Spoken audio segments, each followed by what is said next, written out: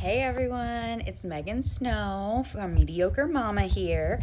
So, we're back to school after the holidays. It's a new year, and I think I've heard more stories in the past week than in the past several months about dun dun dun daycare issues. Oh, that was hands down and still is hands down when I need childcare. One of my biggest annoyances as a parent. Yeah, I could skip having to do laundry. I really don't like grocery shopping. But hands down, dealing with daycares is the worst part of mothering to me. And procuring childcare, mostly since the pandemic, but nonetheless, previously it was no better. I think when I had my first daughter, that first year, even though I spent her whole pregnancy touring daycares and trying to find, a fitted place that worked with my idea of the working mom and the daycare my kids should go to, we still ended up changing daycares, babysitters, nannies like 4 times that year alone. Then baby 2 comes, then baby 3 comes. I'm pretty sure in the past we have gone through like 12 daycare or preschools or childcare, whatever, babysitters, a nanny. Most of the the babysitters, nannies, that's not an issue. Once you find someone who's awesome and reliable, it is, that makes life so much easier, especially in pinches. Huge shout out to Jackie and Miss Amber for being there for my family in the past and currently. But I was talking to some of my friends in my field. I'm a dental hygienist, so I'm talking about dentistry. And just this week alone, now granted it's Thursday, but a lot of us had off on Monday, so in 2 days, I heard of 2 daycares around us who are shutting down due to short staff, due to quote a COVID quarantine or quarantining due to close contact. Plus, throw in the sibling clause. So if you have, some daycares have a clause that have bit me in the butt in the past, about if one kid's sick, none of your kids can go. Now I get it and I respect it. I'm certainly not even opening that Pandora's box for a topic. My point being, I've gone through the, dropping the kids off at multiple locations. I've had plan B, plan C, and plan D in line when I used to work regularly. And no matter what, no matter how planned you feel like you are or like the schedule's taken care of, it just gets mucked up somehow. If it's not the snow or a sick kid, it's something. But right now, I'm talking about the sick kids. However, I guess there is snow in the forecast for at least my area. So maybe tomorrow I'll be talking about weather in school. We'll see. But for today, definitely I'm recommending to mamas who work or utilize childcare for whatever reason. Some just use it for, pre-K counts programs. Some need it for part-time, full-time, whatever it is.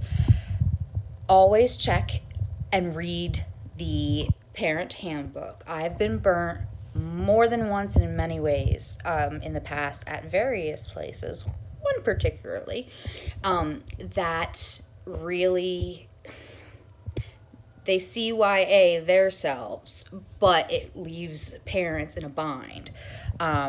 Making sure that there's not a clause for the sick siblings if you have that as an issue. If you're a mom who, of course, one person's down and out, even if it's just from allergies or a non-infectious ear infection, you still want to keep everybody home. That's fine. I'm, like I said, no judgment of the mom that sends their kid sick or not sick. I'm just saying that it's a pain when the facilities have to do this. But I understand, but this particular year already seems crazy.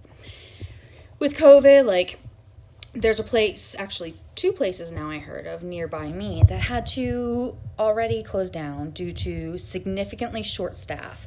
So they accepted their children, met their teacher-student ratios, but then with the children, with the staff, either coming down with COVID. I hope you all are feeling better and fast.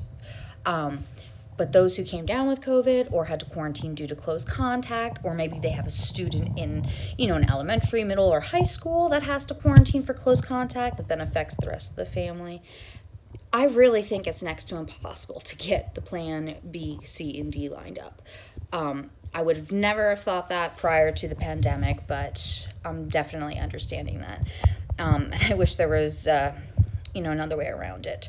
So I do recommend maybe checking in and being on 2 daycares wait lists, or your kids are in 1 daycare. Make sure you have not 1 but 2 babysitters in your back pocket. There are ways of finding reliable sitters online. Best one I've always found is wherever I've lived, I've kind of found a Facebook residential group and posted out there for references. I do interviews and try to figure out who would jive best with our family. But of course, family, because let's face it, it takes a village. We hear it all the time. It takes a village to raise a child. My first kid, I didn't really get that. Kid number 2, 3, and 4 in total, oh yeah. It takes a village. So if you have family, get those backup plans in line.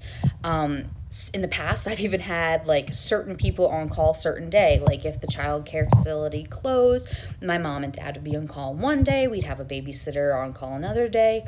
Or maybe that was my plan. Daycare's plan A. The grandparents' plan B. Plan C's the backup babysitter. Whatever it is, try to prepare ahead of time so you're not constantly missing this work right now. In the past, that was always a pain, but now more so than ever, because you drop the word COVID and boom, you're home for at least 10 days, regardless of your vaccination status, which also I will not get heavy into the topic of COVID, at least not at this time. But be safe, be smart, and think of others as well as protect yourself. With that being said, I hope everybody has a wonderful rest of their evening. I hope you had a good day, and I hope you don't have any issues going on with childcare. But maybe in the past you've come up with a really creative way to make the schedule work for snow days, for school days, for sick days, for COVID quarantine. Drop it in my comments. Subscribe to me on YouTube, Mediocre Mama. Drop it in the comments. Love the audience participation.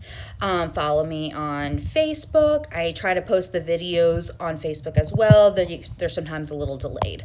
But please, mediocremama11.com. My website's up and running, although it's kind of minimalized at the moment. I'm working on it. So otherwise, have a good night. But please follow, and subscribe. The more you do that, the more I can help you.